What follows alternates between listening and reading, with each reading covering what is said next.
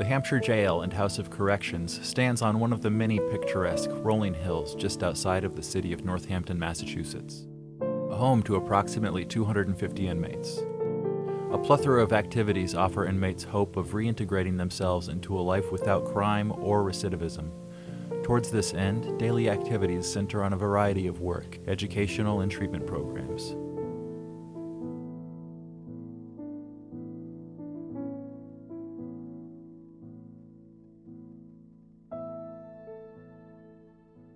I truly believe that people are sent here as punishment and not for punishment.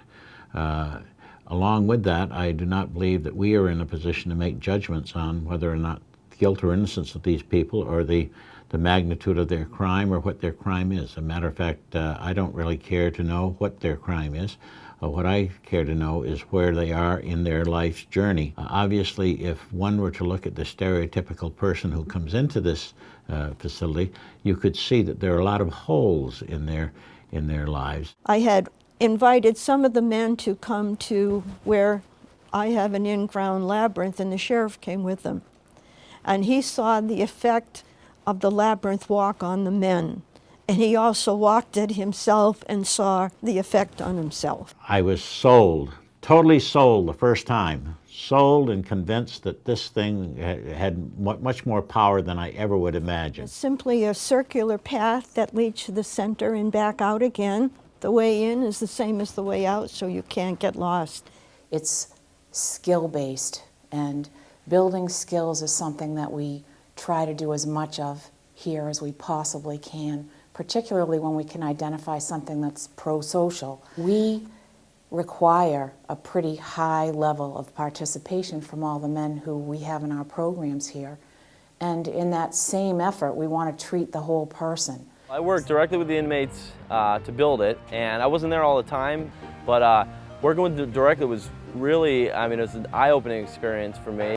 Pretty low-key. There was usually one guard that would escort me, and then I just worked with the guys, and we'd be kind of just working as if we were outside on a job site, which I think was really beneficial for them because they got the feeling of, kind of breaking down those prison walls. I think was the most rewarding thing as far as the experience goes. We try very hard with an outstanding staff to provide people opportunities to change, and to change in a positive way where they're going to be able to address the issues that got them here as clients. A real big plus was the dedication of the clients, many of them in this room today, that went out there with the shovels and the picks and so forth, and did this manual labor for an extended period of time. And it was manual, so manual that I stayed away from it as far as I could. You find out that these guys are not bad guys. There's no doubt in my mind that these guys are not bad guys. I'm not a bad guy, I just made the wrong choice. The Labyrinth project definitely will have an impact on the community of inmates here at the Hampshire County Jail. I think that will have an ultimate impact on the entire community, that is the correctional staff as well as the treatment staff.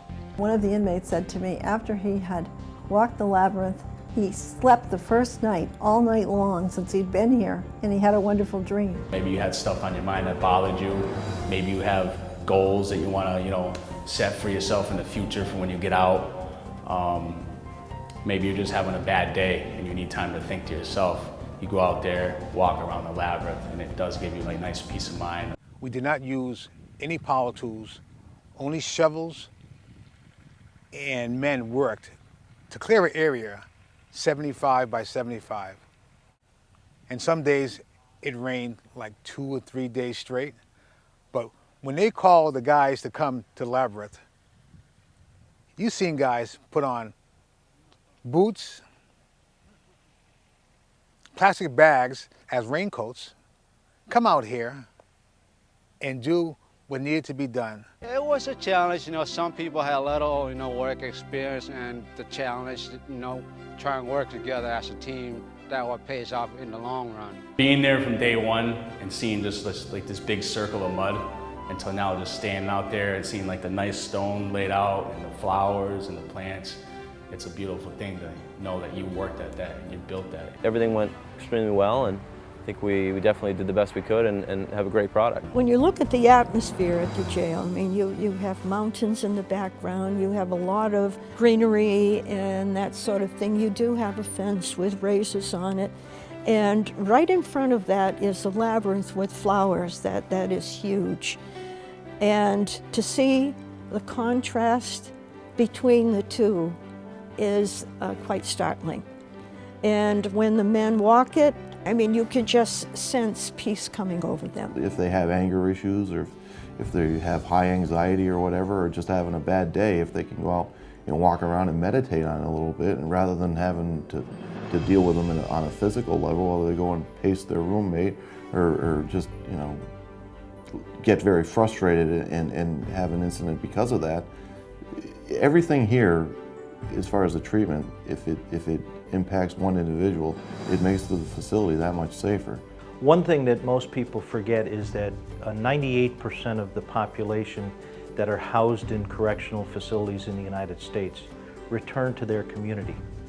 If we, during the process of incarceration, can help them to get to a better place in their mind and in their behavior, then we better all of society. Equally important is the fact that they did it themselves, so they have an ownership to it. I'm just amazed at what a small group of people can do, each with their own particular skill, coming together to create something that I think is pretty amazing.